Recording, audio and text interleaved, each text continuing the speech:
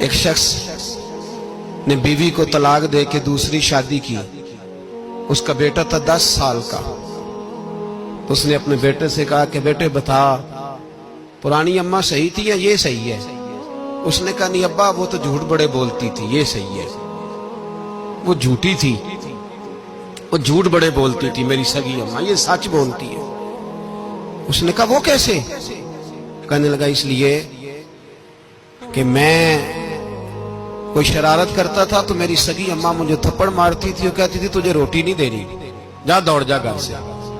تو میں دوڑ جاتا تھا تو جھوٹ بولتی تھی نہیں دینی، پھر آدھے گھنٹے کے بعد مجھے ڈھونڈنے لگ جاتی تھی، ڈھونڈ کے لاتی تھی، پھر میری منت کرتی تھی، پھر مجھے کہتی تھی نہ مجھے ستایا کر، پھر میرا ماتھا چومتی تھی، پھر میری مرضی کا کھانا بنا کے دیتی تھی، پھر میرے منہ میں لقمے ڈالتی تھی. جھوٹی تھی، پہلے کہتی ہے نہیں دینی، پھر پیچھے بھاگتی ہے. یہ سچی ہے.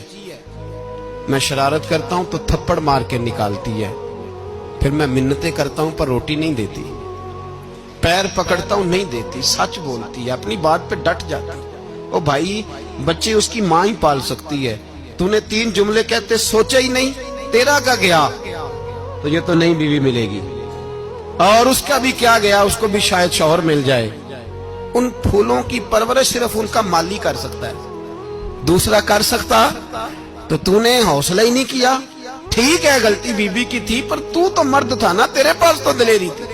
فٹافٹ 3 طلاق کے جملے کہہ دیے.